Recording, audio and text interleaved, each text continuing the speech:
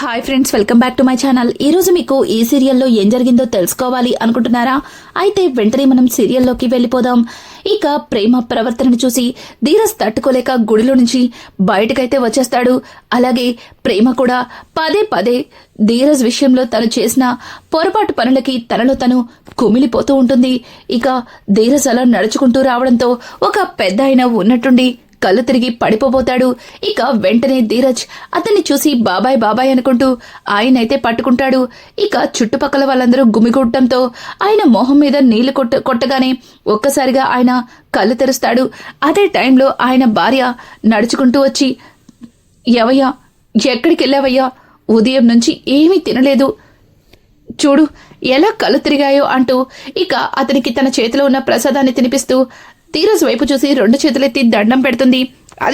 అది చూసిన ధీరజ్, పర్వాలేదమ్మా పర్వాలేదు అంటూ ఇక ఆ పెద్దావిడితో చెప్పి అక్కడి నుంచి వెళ్ళిపోతుంటే ఉన్నట్టుండి ఆ పందర ఒక్కసారిగా కుప్పకూలిపోతుంది. అలా పందరి పడిపోవడంతో పైనుంచి పడ్డ కర్రలు ధీరజ్ తలకి బలంగా గాయం తగులుతాయి. ఇంతలో అందరూ వచ్చి ధీరజ్ మీద పడ్డ కర్రలు అలాగే ఆ పందిరిని పక్కకి గంటి ఇక ధీరజ్ ని తీస్తారు. ఇక ధీరజ్ కి తలకి బలంగా గాయం తగులుతుంది. ఇంతలో అక్కడికి ప్రేమ అయితే వస్తుంది. ఏంటిక్కడ ఇంతమంది జనాలు గుమిగూడారు అంటూ ఇక ప్రేమ అయితే చూడటంతో అక్కడ ధీరజ్ కనిపిస్తాడు. ఒక్కసారిగా ప్రేమ దగ్గరికి వెళ్లబోతూ అక్కడే ఆగిపోతుంది.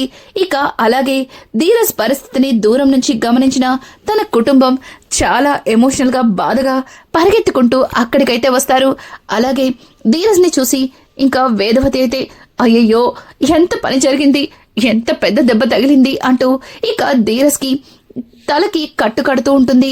ఇక ప్రేమ అయితే అదంతా చూసి తనలో తను కుమిలిపోతూ అక్కడి నుంచి మొహం చాటేసుకుని వెళ్లిపోతూ ఉంటుంది. అది గమనించిన భద్రావతి అయితే తన మనసులో చాలా ఆనందిస్తుంది. నిజానికి ప్రేమ ధీరజ్ దగ్గరికి వెళ్లబోతూ ఉండగా భద్రావతి అయితే వస్తుంది. ఒకవేళ భద్రావతి అక్కడికి వస్తే ఏం గొడవ చేస్తుందా అన్న భయంతో ఇక ప్రేమ ధీరజ్ దగ్గరికి వెళ్లకుండా అక్కడే ఆగిపోతుంది. ఇక భద్రావతి అయితే ప్రేమకి వీడి మీద నిజంగానే ప్రేమ ఉంటే వాడికి తగిలిన గాయానికి తట్టుకోలేక ఇప్పుడే వాడి దగ్గరికి పరిగెత్తుకుంటూ వెళ్ళుండేది. కానీ అలా జరగలేదంటే ప్రేమకి కూడా వీడి మీద కోపం ఎక్కువగా ఉంది అని చెప్పి ఇక భద్రావతి అయితే తన మనసులో అనుకుంటుంది. ఇంకా ఇంతలో ధీరజ్ అయితే ప్రేమ ఎక్కడైనా ఉందేమోనని తన కళ్ళు చుట్టుపక్కల మొత్తం వెతుకుతాయి. కానీ అక్కడి నుంచి ప్రేమ వెళ్ళిపోవడం ధీరజ్ అయితే గమనిస్తాడు. నాకు ఇంత పెద్ద దెబ్బ తగిలినా సరే ప్రేమ నా వైపు కనీసం కన్నెత్తి కూడా చూడలేదు అంటే నిజంగానే ప్రేమకి నా మీద ఎట్లాంటి ప్రేమ లేదా? ఎన్ని రోజులు ప్రేమ నా దగ్గర మాట్లాడిందంతా అబద్ధమా? అంత ప్రేమని ఒక్క రోజులో ద్వేషంలా ఎలా మారిపోయింది అని చెప్పి ఇక ధీరజ్ అయితే తన మనసులో ప్రేమ గురించి తలుచుకుని కుమిలిపోతుంటాడు. ఇంకా ఇది ఇలా ఉండగా అదే టైంలో అక్కడే ఉన్న వల్లి ఇదంతా ఆ ప్రేమ వల్లే జరిగింది అని చెప్పడంతో అందరూ కూడా వల్లి వైపు ఆశ్చర్యంగా చూస్తారు. ఇక నర్మద అయితే, అక్క ఏం మాట్లాడుతున్నావు? అసలు ప్రేమ వల్ల ఎందుకు జరిగింది? అనుకోకుండా ఆ పందిరి గుంజ ఓడిపోయి ధీరజ్ మీద పడింది. అదేదో ప్రేమే లాగేసి ధీరజ్ మీద పడేలా చేసినట్టు అలా మాట్లాడుతున్నావేంటి అని అంటుంటే, చూడు నర్మదా, ధీరజ్ తలకి ఎంత పెద్ద దెబ్బ తగిలిందో మీరు చూసాక కూడా ఇలా మాట్లాడుతున్నారు. చూడండి, ఇందాక కూడా గుడిలో పంతులు గారు గోత్రనామాలు చదివినప్పుడు భార్య భర్త పేర్లు కలిపి చెప్పాలి అని పూజారి గారు చెప్పారు. అలా చెప్పకపోతే భర్తకి అరిష్టమని కూడా చెప్పారు. అది తెలుసుకుని కూడా ప్రేమ ధీరజ్ పేరుని చెప్పనేలేదు. అది పోని అయిపోయిందే అనుకోండి. కుంకుమ పూజ జరిగేటప్పుడు కూడా పంతులు గారు ఆ కుంకుమ బొట్టుని ధీరజ్ చేత్తో నుదుటిన పెట్టించుకోమన్నారు. సాగర్ కూడా నీకు పెట్టాడు కదా, అలాగే బా కూడా నా నుదుటిన పెట్టాడు కదా. ఆ కుంకుమని పెట్టించుకోకపోతే నీ భర్తకి అరిష్టం జరుగుతుంది, ఏదన్నా ప్రమాదాలు జరగచ్చు అంటూ పంతులు గారు మరీ చెప్పారు. కానీ ప్రేమ ఏం చేసింది?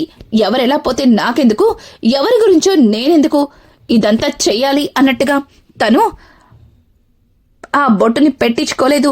అలాగే ధీరజ్ పేరుని కూడా ఎక్కడ తన నోటితో పలకలేదు. అందుకే ఈ అరిష్టం జరిగింది. ఏదో చిన్న దెబ్బతో సరిపోయింది. ఒకవేళ పొరపాటున ఆ దెబ్బ బలంగా తగిలి తన ప్రాణాలు పోయుంటే అంటూ ఇక వల్లి మాట్లాడుతూ ఉంటే పక్కన ఉన్న చందు వల్లి అంటూ ఇక వల్లి మీద చెయ్యెత్తుతాడు. ఇంకా అదంతా చూసిన రామరాజు పెద్దోడా అని అనడంతో, నాన్న చూసావుగా ఎలా మాట్లాడుతుందో అని అంటుంటే, తను మాట్లాడిందో దానిలో తప్పేముంది, జరిగిందే మాట్లాడింది. ఎవరైనా ధీరజ్కి తగిలిన దెబ్బ తర్వాత ఇలాగే అనుకుంటారు. అయినా తన భర్త గురించి తను ఆలోచించాలి. అలా కాకుండా తను ధీరజ్తో విడిపోవాలి అని నిర్ణయించుకున్నప్పుడు మనం ఇబ్బంది పెట్టకూడదు. రే చిన్నోడా, చూడు, ఎన్ని రోజులు మీ ఇద్దరి మధ్యలో ఎంతో కొంత ప్రేముంది. అలాగే తనకి నీకు జరిగింది. అనుకోకుండా పెళ్ళైనా అది జీవితాంతం కలిసుండే బంధమని ఆలోచించాను. కానీ ఇంత జరిగిన తర్వాత ఇంకా నువ్వు తన గురించి ఆలోచించడం అనవసరం అంటూ ఇక రామరాజైతే అక్కడి నుంచి వెళ్ళిపోతాడు. ఇంకా రామరాజన్న మాటలకి ఎవరికి ఏమీ అర్థం కాదు.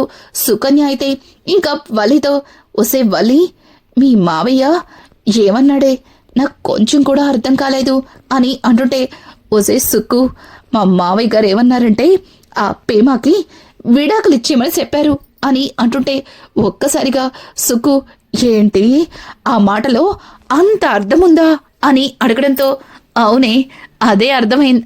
అదే నీకు అర్థం కాలేదు గాని అత్తయ్యగారండి, మావయ్య గారు చెప్పింది విన్నారు కదా, పేమకి ధీరజ్కి అస్సలు కుదరదు.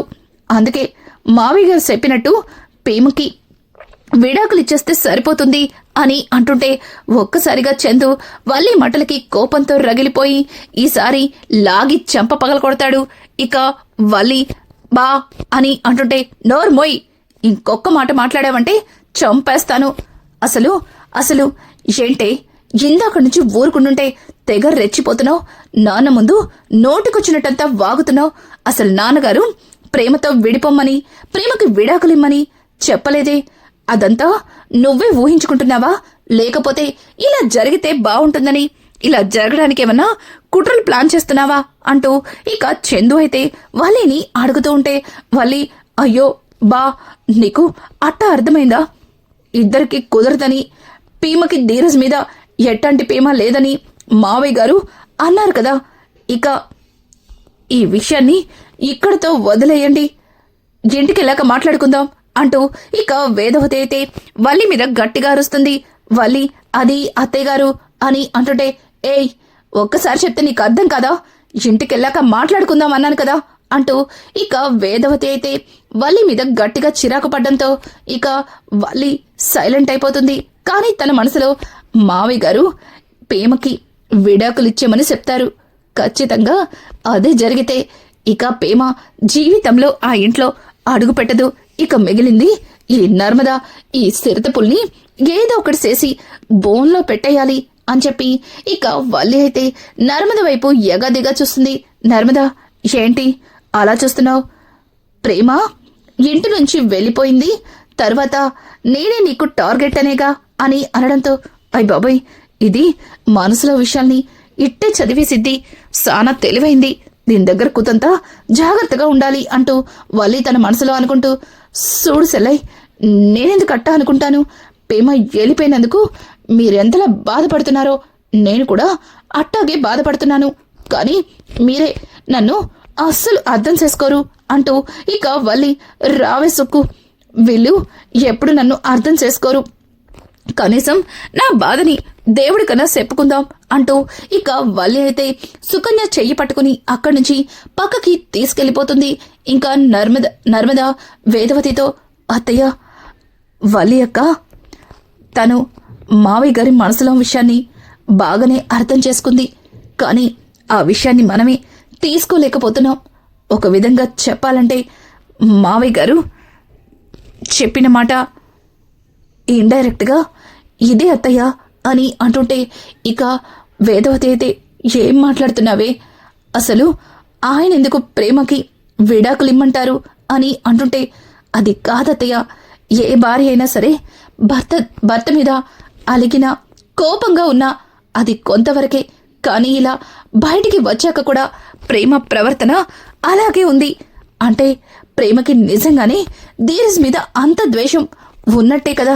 ఒకవేళ ఇప్పుడు ప్రేమతో మనం మాట్లాడాలని ప్రయత్నించినా మన మాట కూడా ప్రేమ వినిపించుకోకపోవచ్చు.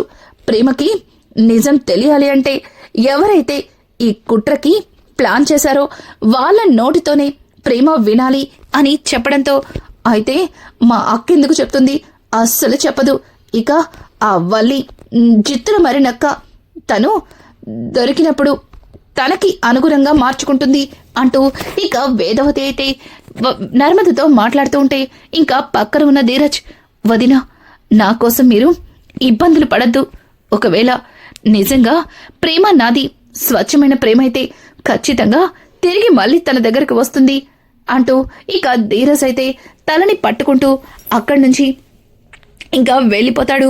ఇది ఇలా ఉండగా ఇక ప్రేమ అయితే పరిగెత్తుకుంటూ గుడిలోకి వెళ్ళడం చూసిన అమూల్య అలాగే విశ్వక్ ఇద్దరు కూడా ఇక పరుగున ప్రేమ వెంటే పరుగులు తీస్తారు. ఇక ప్రేమ పంతులు గారి దగ్గరికి వెళ్ళి, పంతులు గారండి, ఇందాక మీరు నా భర్త పేరుతో అర్చన చెయ్యాలి అన్నారు. దానికి నేను ఒప్పుకోలేదు. దానికి ప్రతిఫలం నాకు అర్థమైంది. చూడండి, ఇందాక తెలియక తప్పు చేశాను. కానీ ఇప్పుడు నా భర్త పేరు మీద అర్చన చేయండి అంటూ ఇక పంతులు గారితో చెప్పడంతో, పంతులు గారు, చూడమ్మా, ఎప్పుడైనా భార్య భర్తలు కలిసి అర్చన చేయించుకోవాలి. అలా చేయించుకోకపోతే ఇదిగో ఇట్లాంటి అనర్థాలే జరుగుతాయి. నిన్ను చూస్తుంటే నాకు అర్థమవుతుంది అంటూ ఇక పూజారి గారైతే ధీరజ్ పేరున అర్చన జరిపిస్తారు. ఆ తరువాత అమ్మవారికి జరిగిన కుంకుమార్చన దగ్గరికి వెళ్ళి, అమ్మ, నేను చాలా పెద్ద తప్పు చేశాను. ఈ సింధూరాన్ని నా నుదుటిన పెట్టుకోకుండా నేను గర్వంగా మాట్లాడాను. దానివల్ల ధీరజ్కి చాలా పెద్ద ప్రమాదం జరిగింది. తనకి ఎట్లాంటి ప్రమాదం జరగకూడదు అంటూ ఇక ఆ కుంకాన్ని తన పాపిట్లో పెట్టుకుంటుంది. అప్పుడే అమూల్య అయితే, వదినా, అన్నయ్య మీద ఇంత ప్రేమని పెట్టుకుని ఎందుకు వదినా అలా మాట్లాడావు? అన్నయ్య మనసుని ఎందుకు బాధ పెట్టావు? అలా పూజలో నుంచి ఎందుకు వెళ్ళిపోయావు అంటూ ఇక అమూల్య అయితే, అన్నయ్య మనసు బాధపడేలా అలా మాట్లాడావు.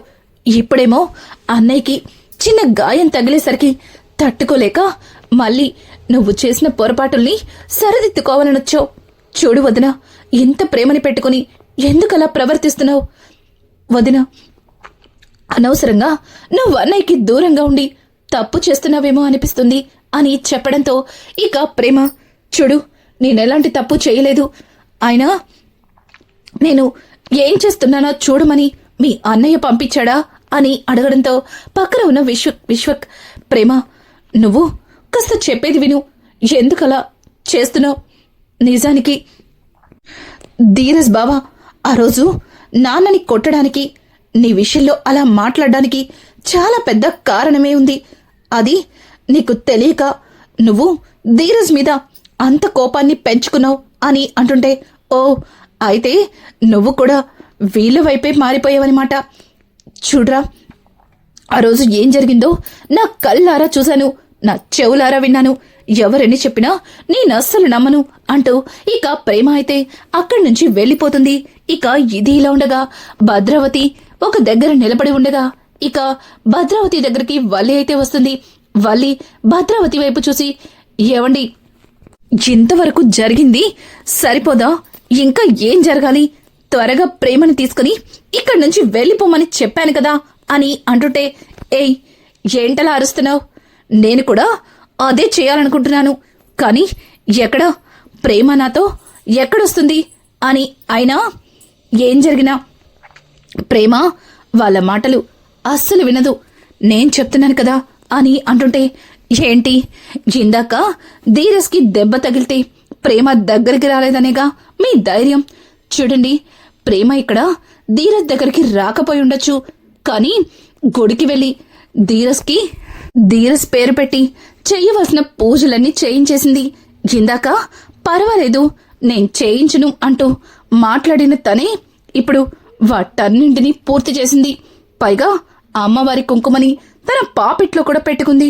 చూడండి, వస్తుందిగా, మీరే చూడండి అని చెప్పడంతో ఇక భద్రావతి అయితే ప్రేమ నుదుటిలో ఉన్న కుంకుమ బొట్టుని చూసి ఒక్కసారిగా షాక్ అయిపోతుంది.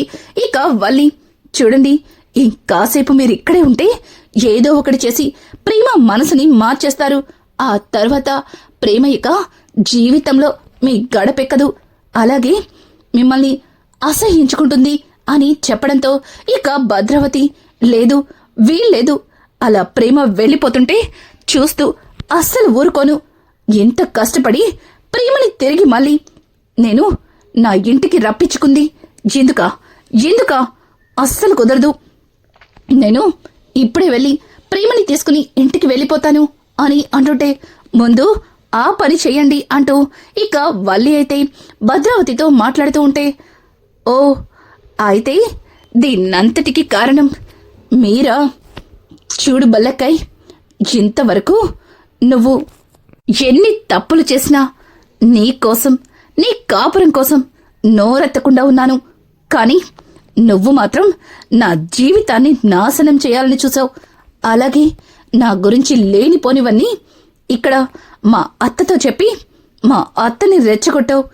అలాగే బామ్మ పుట్టినరోజుని అడ్డం పెట్టుకుని ఆ రోజు నాన్న గొడవ చేసి ధీరజ్ని నేను తప్పుగా అనుకునేలాగా నన్ను చేశారు. అంటే ఇదంతా మీరిద్దరూ కలిపాడిన నాటకమా? ఇద్దరు కలిసి నాన్ను ధీరజ్ని విడగొట్టడానికి ఇంత పెద్ద కుట్ర చేస్తారా అంటూ ఒక్కసారిగా ప్రేమ అయితే కోపంతో రగిలిపోతుంది. ప్రేమను అలా చూసేసరికి ఇద్దరు కూడా షాక్ అవుతారు. ఇక భద్రావతి అయితే, నువ్వు ఇక్కడున్నావేంటి, మరి అక్కడ అంటూ తల పక్కకి తిప్పి చూసేసరికి అక్కడ చూసింది నన్నే, ఇక్కడ చూస్తుంది కూడా నన్నే. గుడిలో అమ్మవారికి పూజ జరిపించి వస్తుంటే వల్లి, నర్మదక్క, అలాగే అత్తయ్య నాతో మాట్లాడాలని పక్కకి తీసుకొచ్చారు.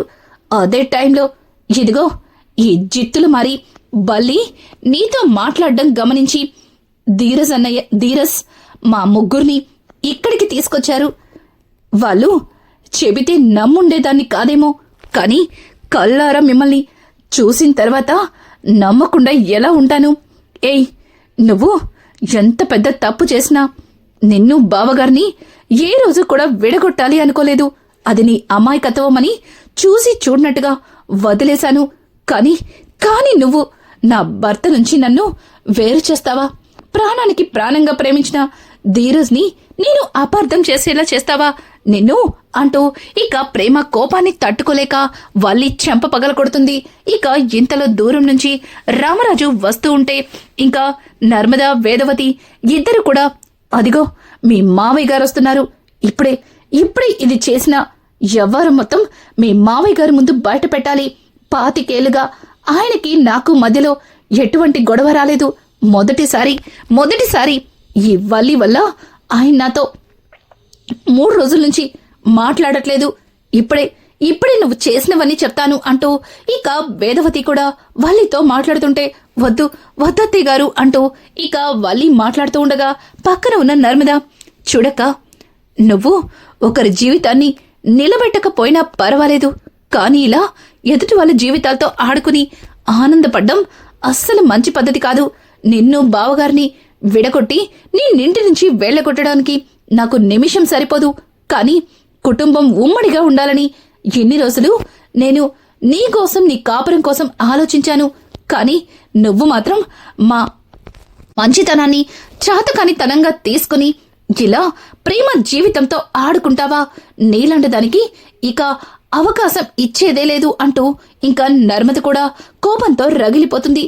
ఇంకా దీంతో మాట్లాడేదేంటక్క, ఇప్పుడే దీన్ని మావయ్య గారి ముందుకు తీసుకెళ్తాను అంటూ ఇక ప్రేమ మాట్లాడుతూ ఉంటే పక్కన ఉన్న భద్రావతి, ఆపండి, అసలు ఏంటి, వీణ్ణేదో నువ్వు నిజంగానే ప్రేమించి పెళ్లి చేసుకున్నట్టు దాన్నంటావేంటే? అసలు నువ్వు మరొకడిని ప్రేమించావు. వాడు ఎప్పుడైతే మోసం చేశాడో నిన్ను నేరుగా తీసుకొచ్చి ఇంట్లో అప్పచెప్పకుండా వాడిని మెడలో బలవంతంగా తాళి కట్టాడు. వాడు నీ మెడలో తాలి కట్టినప్పుడైనా నీకు అర్థం కాలేదా మన ఆస్తి కోసమని? ఇట్లాంటి వాళ్ళని నమ్మి ఇట్లాంటి వాడిని ప్రేమించానంటూ పిచ్చి పిచ్చి వాగుడు వాగుతావేంటి? పద ఇంటికి వెళ్దామంటూ ఇక భద్రావతి అయితే ప్రేమ చెయ్యి పట్టుకుని తీసుకెళ్లబోతుంటే ఒక్కసారిగా ప్రేమ భద్రావతి చేతిని వదిలించుకొని భద్రావతి చెంప చెల్లు మనిపిస్తుంది. రానున్న ఎపిసోడ్స్ అయితే మామూలుగా లేదు. ఈ వీడియో మీకు నచ్చినట్టయితే లైక్ చేసి సబ్స్క్రైబ్ చేయడం మాత్రం మర్చిపోకండి. Thanks for watching. Hi friends.